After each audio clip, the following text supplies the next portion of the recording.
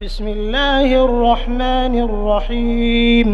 اللہ کے نام سے جو رحمان اور رحیم ہے۔ وَلَقَدْ يَسَّرْنَا الْقُرْآنَ لِلذِّكْرِ فَهَلْ مِن مُدَّكِرٍ، ہم نے اس قرآن کو نصیحت کے لیے آسان ذریعہ بنا دیا ہے، پھر کیا ہے کوئی نصیحت قبول کرنے والا؟ اعوذ باللہ من الشیطان الرجیم، بسم اللہ الرحمن الرحیم۔ وَمِنَ النَّاسِ مَن يُجَادِلُ فِي اللَّهِ بِغَيْرِ عِلْمٍ وَلَا هُدًى وَلَا كِتَابٍ مُنِيرٍ، ثَانِيَ عِطْفِهِ لِيُضِلَّ عَن سَبِيلِ اللَّهِ لَهُ فِي الدُّنْيَا خِزْيٌ وَنُذِيقُهُ يَوْمَ الْقِيَامَةِ عَذَابَ الْحَرِيقِ، ذَلِكَ بِمَا قَدَّمَتْ يَدَاكَ وَأَنَّ اللَّهَ لَيْسَ بِظَلَّامٍ لِّلْعَبِيدِ۔ یہ سورۃ الحج کی آیت نمبر 8 ہے۔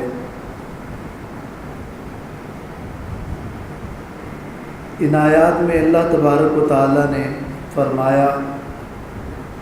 کہ لوگوں میں سے کچھ لوگ وہ ہیں جو بغیر کسی علم اور ہدایت اور کتاب کے بحث کرتے ہیں، اور اسی قسم کی ایک آیت اس سورت کے شروع میں بھی ہے، اس میں بھی مجادلین اور اللہ کے بارے میں اور اللہ کے دین اور اللہ کی توحید کے بارے میں جھگڑنے والوں کی مذمت کی گئی۔ علماء فرماتے ہیں کہ یہاں اس مضمون کو پھر دوبارہ مکرر لائے۔ ایک فائدہ تو اس کا یہ ہے کہ یہ مذمت میں مزید مبالغہ ہے کہ یہ دینی معاملات میں بغیر علم کے جھگڑنا اور بحثیں کرنا یہ نہایت قابل مذمت ہے، اور اس میں ایک طرح کی توبیخ یعنی ڈانٹ ہے کہ اللہ کے دین کے معاملے میں، اللہ کی صفات کے بارے میں اور ضروریات دین سے متعلق بغیر کسی علم کے اور بغیر کسی ہدایت کے جھگڑنا اور بحثیں کرنا یہ کسی طرح بھی روا نہیں ہے۔ لیکن تکرار میں ایک دوسرا فائدہ بعض علماء نے یہ بیان کیا ہے کہ یہاں کے مجادلین اور جھگڑنے والوں اور اس سے پہلے کی آیت میں جھگڑنے والوں میں یہ فرق ہے کہ جھگڑا کرنے والا اور جدال کرنے والا اور غیر سنجیدہ اور غیر ضروری مباحث میں پڑھنے والا اور یقینی باتوں کو مشکوک بنانے والا یا تو عوام میں سے ہوتا ہے اور یا پھر خواص میں سے ہوتا ہے۔ تو اس سے پہلے جو مجادلین ہیں وہ عوام کے مجادلین ہیں کہ عام لوگ بغیر علم کے کوئی گفتگو نہ کریں، اور یہاں خاص ان لوگوں کا ذکر ہے جو کہ قوم کے لیڈر ہیں، قوم کے بڑے ہیں، قوم کے رئیس ہیں، وہ بھی مجادلہ نہ کریں، وہ بھی جدال نہ کریں اللہ کے دین کے معاملے میں اور توحید کے معاملے میں۔ اس لیے وہاں یتبع کل شیطان مرید کا لفظ تھا، اور یہاں لیضل عن سبیل اللہ کے الفاظ ہیں۔ بہرحال اس آیت کا مضمون یہ ہے وَمِنَ النَّاسِ مَن يُجَادِلُ فِي اللَّهِ بِغَيْرِ عِلْمٍ، اور بعض لوگوں میں سے وہ ہیں جو جھگڑتے ہیں اللہ کے دین کے معاملے میں بغیر علم، بغیر علم کے، وَلَا هُدًى، اور بغیر ہدایت و رہنمائی کے، وَلَا كِتَابٍ مُنِيرٍ، اور بغیر روشن کتاب کے۔ کسی بھی معاملے میں بحث کرتے ہوئے یا تو کوئی معلومات ہو، بدیہی علم ہو، ذاتی علم ہو، اور مشاہدہ اور تجربہ ہو، یا پھر کسی اور کی طرف سے رہنمائی کی گئی ہو، کوئی باتیں پہلے سے چلی ہو، نقل در نقل چلی آ رہی ہو، اس کی بنیاد پر آپ گفتگو کریں، اور یا پھر کسی کتاب کی دلیل، تو بغیر علم یعنی بغیر کسی بدیہی دلیل کے، ولا ہدن بغیر کسی غور و فکر اور نظری دلیل کے، ولا کتاب منیر اور بغیر کسی کتاب اور سمعی دلیل کے۔ دلائل کی یہ تین قسمیں، ایک دلیل بدیہی ہے، بدیہی یہ کہ ہر کوئی اس کو جانتا ہے، وہ ایک عام سی بات ہے، 2 اور 2 4، اس کو کہتے ہیں بدیہی، جس کے لیے کسی دلیل کی ضرورت نہ ہو، آگ کا گرم ہونا اور پانی کا بہنا اور یہ سب عام سی باتیں ہیں، لوگ جانتے ہیں۔ اور ہدن دلیل نظری کا مطلب یہ ہوتا ہے کہ جو کچھ مقدمات ملا کر اور کچھ ایک طرح منطقی استدلال ہوتا ہے اور عقلی غور و فکر کے نتیجے میں اور 2 3 باتوں کو ملا کر کوئی نتیجہ اخذ کیا جاتا ہو تو اس کو پھر نظری دلیل کہتے ہیں۔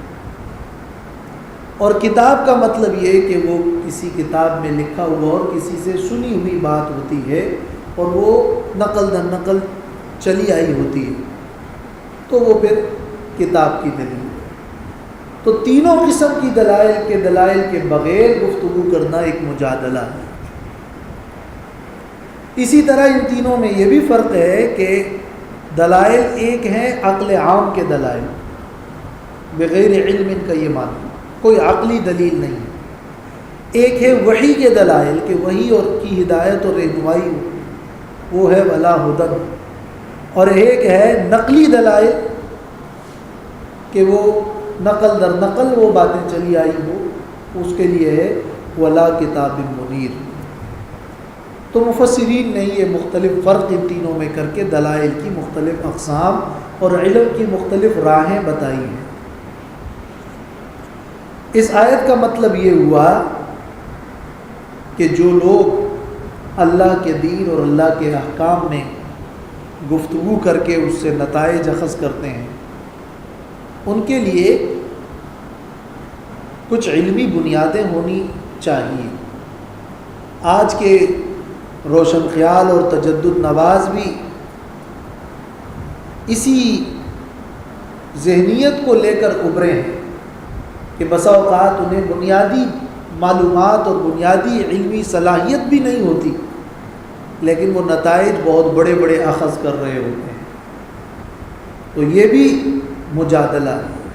دینی اور اتفاقی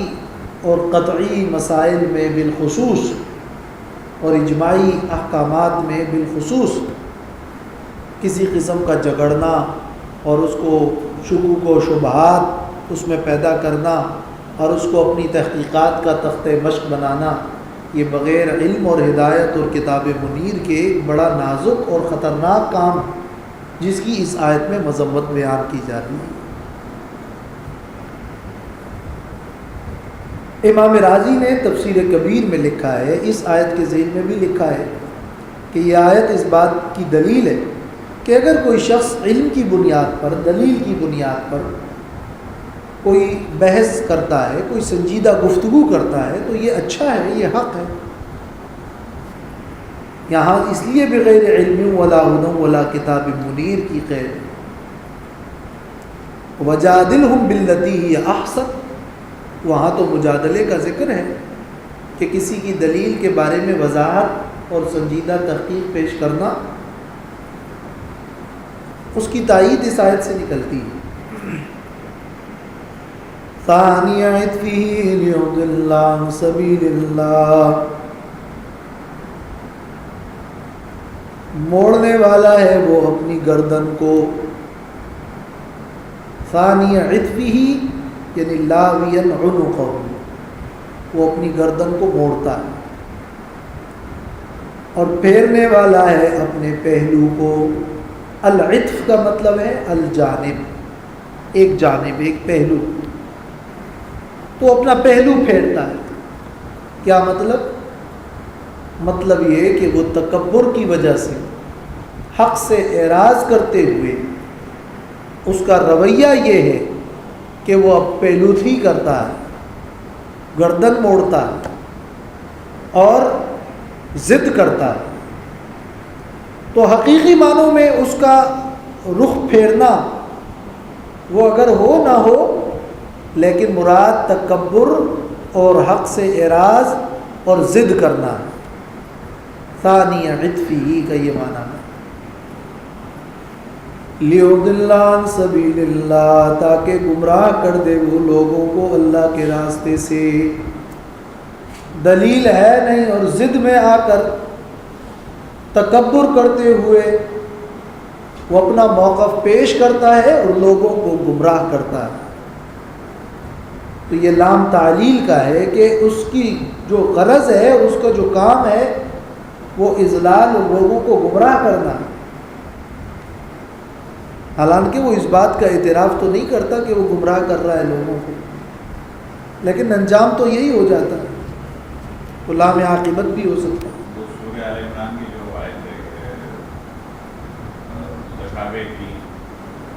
فَأَمَّا الَّذِينَ فِي قُلُوبِهِمْ زَيْغٌ فَيَتَّبِعُونَ مَا تَشَابَهَ مِنْهُ،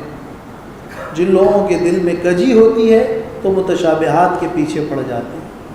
کہ آیت کے اگر کئی معنی نکلتے ہیں تو ان میں سے وہ معنی اختیار کرتے ہیں جو دوسرے نصوص کے خلاف ہو، جو اس کی خواہش کے مطابق ہو۔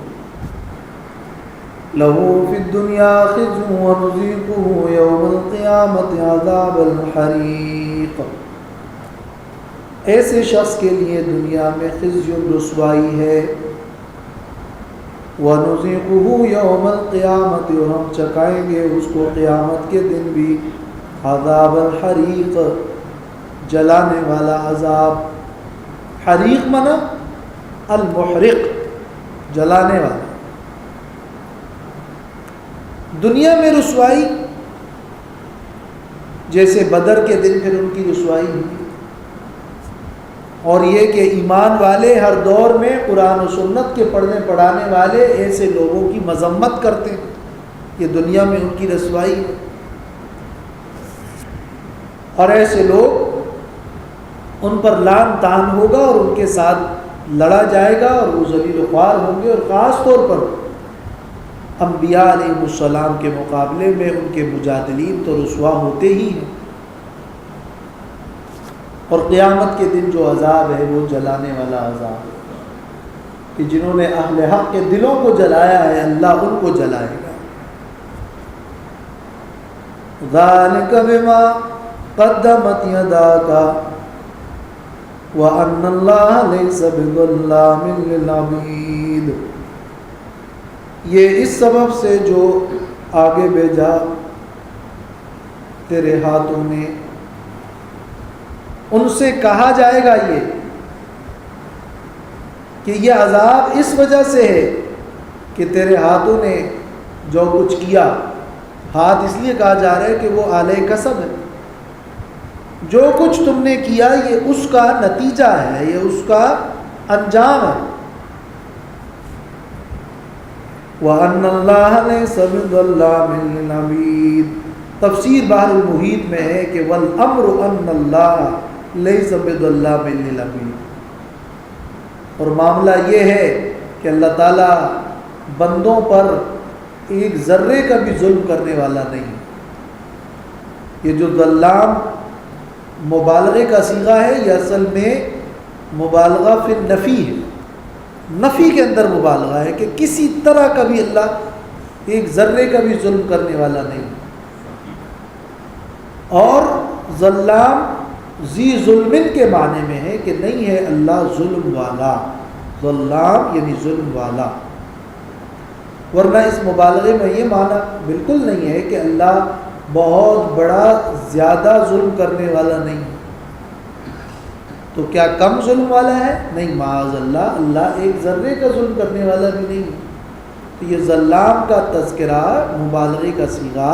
یہ اصل میں نفی میں مبالغہ ہے، اور یہ اصل میں ذی ظالم ظلمن اور ظلم والے کے معنی میں ہے،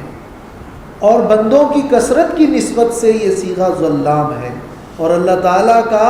تھوڑا سا ظلم بھی بڑا ظلم ہوگا اس کی شان کی وجہ سے، اس لیے لفظ ظلام ذکر ہوتا ہے کہ اللہ کسی طرح کا بھی ظلم نہیں کرتا۔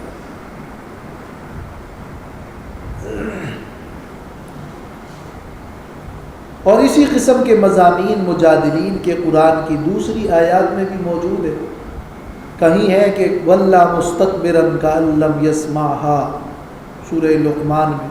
کہیں ہے لَوَّوْا رُؤُوسَهُمْ، کہیں ہے اعرض ونہا بجانبہ۔ یہ سب ثانی عطفہ کی تشریح ہے، اور ان آیات کا حوالہ امام قرطبی نے اپنی تفسیر میں دیا ہے۔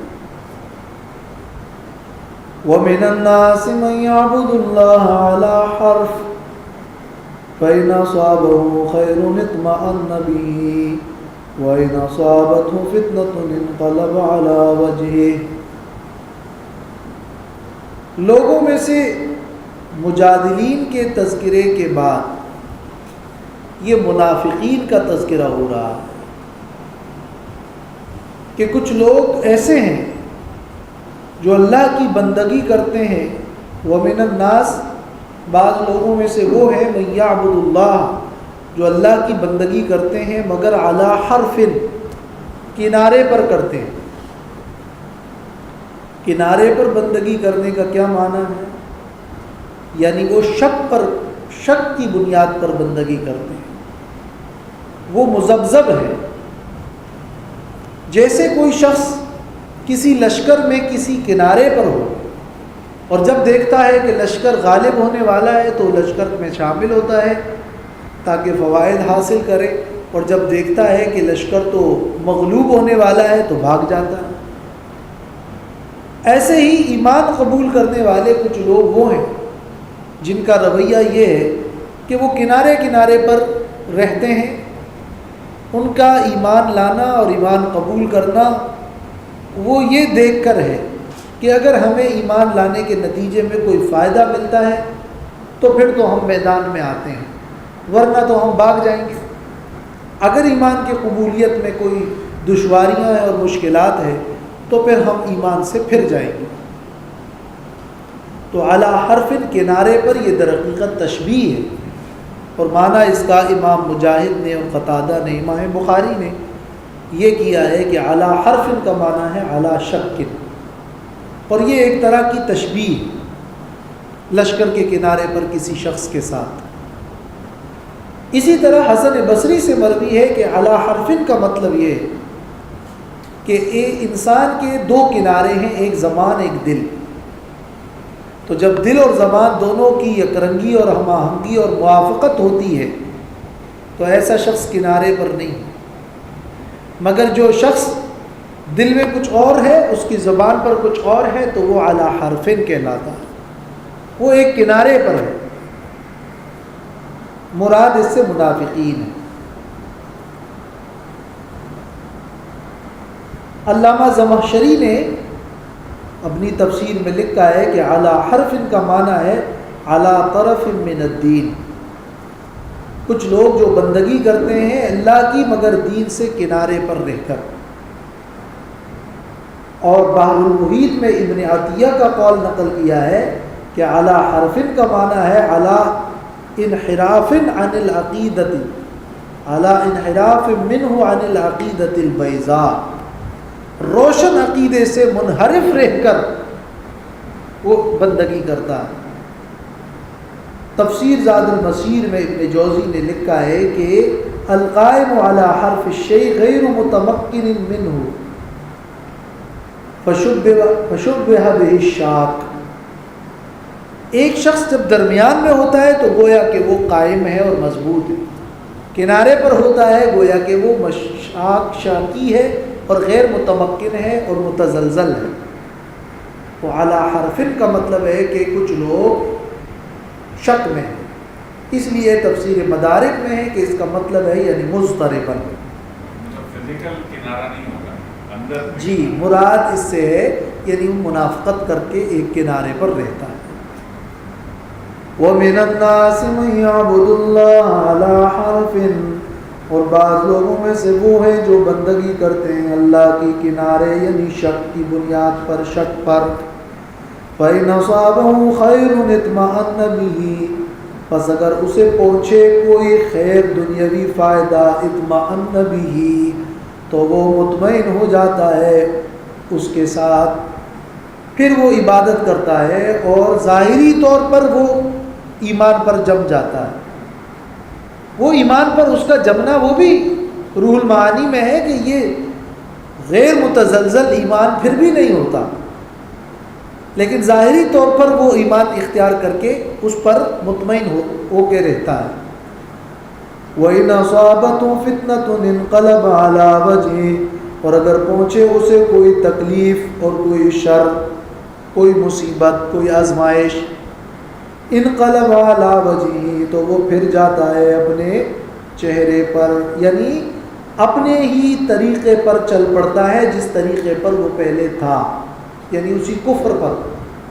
اور وہ مرتد ہو جاتا ہے۔ اور منافق تو ویسے بھی ایمان سے عاری اور خالی ہوتا ہے، مگر انقلب علی وجہہ کا مطلب یہ ہے کہ ظاہری طور پر بھی وہ پھر ایمان چھوڑ بیٹھتا ہے، اور علی وجہہ کا مطلب یہ کہ علی الجہۃ التی یواجہھا، وہ منہ کے بل الٹا پھر جاتا ہے اور اپنی اسی رخ پر اور اسی ڈب پر چل پڑتا ہے جس پر وہ پہلے چل رہا تھا۔ الی وجہ الذی کان علیہ من الکفر، جیسے کہ تفسیر قرطبی میں،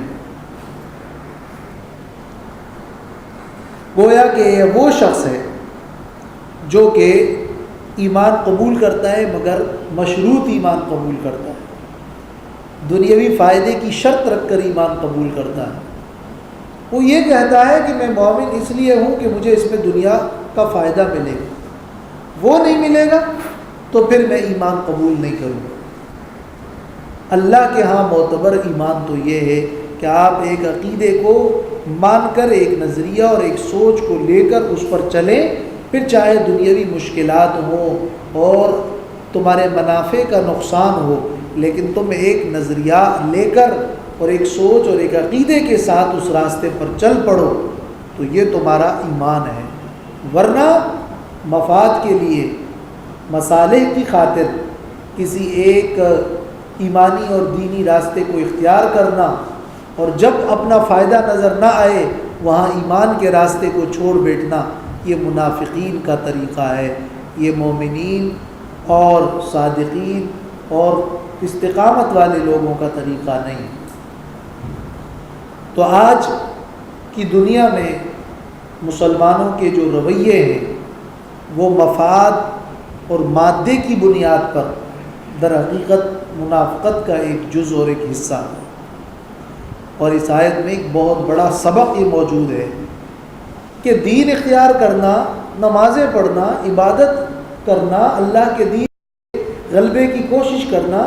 یہ اس خاطر نہیں ہے کہ اس میں تمہیں دنیا مل رہی ہے اور دنیا کا کوئی مقصد تمہارے سامنے ہے، ورنہ یہ منافقت ہے، یہ ایمان نہیں ہے، بلکہ سوچ اور نظریہ اور عقیدہ یہ کہ میرا طریقہ، میرا ایمان، میرا عقیدہ وہ یہی ہے، اس راستے کے تمام تر نشیب و فراز اور اس کی تراش و خراش کو میں برداشت کروں گا، تو یہ در حقیقت ایمان ہے۔ تو ایک بہت بڑی کمزوری کا یہاں ازالہ کیا جا رہا ہے کہ دین کو دنیا کے تابع نہ بناؤ، جو دین کو دنیا کے تابع بناتا ہے یہ منافقت ہے، اور یہ وہ ہے جو اللہ کی بندگی کرتا ہے کنارے پر رہتا ہے، وہ گویا شک پر ہے، وہ اپنے مفاد کی بنیاد پر یہ کام کر رہا ہے، اس کے سامنے کوئی سوچ، کوئی عقیدہ، کوئی نظریہ، کوئی ایمان بالغیب نہیں ہے، وہ اللہ کی رضا کو اصل مقصود نہیں سمجھتا۔ خسر الدنیا والآخرہ، برباد ہو گیا وہ دنیا میں بھی اور آخرت میں بھی۔ خسر فی الدنیا والآخرہ، دنیا میں بھی برباد ہو گیا اور آخرت میں بھی برباد ہو گیا، اس کی آخرت بھی اور دنیا دونوں خراب ہو گئی۔ آخرت کی خرابی تو واضح ہے، لیکن دنیا میں بھی جو سکون اور جو اطمینان اور جو ایک نظریاتی اور غیر متسلسل اور سکون والی زندگی ہے اس سے وہ محروم رہا۔ ذالک هو الخسران المبین، یہ کھلا تاوان ہے، کھلا نقصان ہے، اور اس کے نقصان ہونے میں اور اس کے گھاٹے ہونے میں کوئی شک شبہ کی گنجائش نہیں۔ یہاں خیر اطمئن میں خیرو کا لفظ ہے، لیکن اس کے مقابل میں اصابت و فتنتو میں پھر شرو کی بجائے فتنہ کا لفظ ہے، اس لیے کہ جس چیز کو وہ تکلیف اور شر سمجھتا ہے وہ بھی در حقیقت اس کی آزمائش ہے اور اس کو پرکھا جا رہا ہے۔ اس بات کی وضاحت کے لیے یہاں لفظ فتنتو کا استعمال ہوا ہے۔ مفسرین نے لکھا ہے کہ کچھ عرب کے لوگ اور کچھ قبائل یا کچھ بدو لوگ رسول اللہ صلی اللہ علیہ وسلم کے پاس آتے اور کہتے کہ ہم آپ کے دین پر ہیں۔ پھر اگر انہیں کوئی معیشت میں فائدہ ہوتا، ان کے ہاں جانوروں کے بچے پیدا ہوتے ہیں، ان کے ہاں لڑکے پیدا ہوتے ہیں، ان کی تجارت میں کامیابی ہوتی، تو وہ بالمطمئن ہوتے اور کہتے کہ یہ تو حق دین ہے۔ لیکن اگر کوئی نقصان پہنچتا اور ان کا مطلوبہ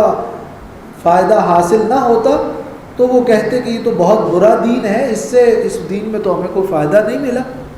تو وہ پھر جاتے اور مرتد ہو جاتے۔ اس قسم کے واقعات اور اس قسم کی روایات تفسیروں میں یہاں مذکور ہے، تو بتایا یہ جا رہا ہے کہ نہیں، ایمان قبول کرنا اور عبادات کرنا وہ اس مقصد کے لیے نہیں ہے۔ بعض لوگ وہ ہوتے ہیں جب ان پر کوئی سخت وقت آ پڑتا ہے تو پھر وہ نمازی بن جاتے ہیں، جب وہ مشکل وقت گیا تو اس کے بعد پھر نماز چھوڑ دی، یا مشکل وقت میں تو وہ اللہ کے ذکر میں لگ جاتے ہیں۔ وہ اچھا ہے، اللہ کی بندگی عبادت تو اور وقت کرنی چاہیے، وہ تو ہم نہیں کہتے، لیکن اور اس وقت اور مشکل وقت میں اور زیادہ اللہ کی طرف دھیان، وہ بھی اللہ کی ایک نعمت ہے، اس میں فائدہ ہے۔ لیکن دین کو اس بات کے لیے، نمازوں کو، عبادات کو اس مقصد کے لیے رکھنا اور سمجھنا کہ اس کے ذریعے سے ہماری بس دنیا ہی بنے گی، یہ تو دین کو دنیا کے تابع بنانا ہے، اس سوچ کی ان آیات میں مذمت کی جا رہی ہے کہ یہ کھلا تاوان ہے۔ یدعو من دون اللہ ما لا یضرہ وما لا ینفعہ، پکارتے ہیں وہ اللہ کے علاوہ ان معبودوں کو، لا یضرہ، جو ان کو کوئی ضرر نہیں دے سکتے اگر وہ ان معبودوں کی عبادت نہ کرے، وما لا ینفعہ، اور ان معبودوں کی کہ جو انہیں نفع نہیں دے سکتے اگر وہ ان کی عبادت کرے۔ وہ تو ایسے معبودوں کی عبادت کرتے ہیں اور ان کو غیبی حاجات میں پکارتے ہیں، ان کو حاجت روا اور الہ اور خدائی صفات دے کر پکارتے ہیں۔ ذالک هو الضلال البعید، یہ تو انتہا درجہ کی گمراہی ہے، یہ تو ایسی گمراہی ہے جو حق سے بہت دور ہے۔ ضلال بعید کا یہ مطلب ہے کہ حق سے بہت دور ہے اور انتہائی گمراہی ہے۔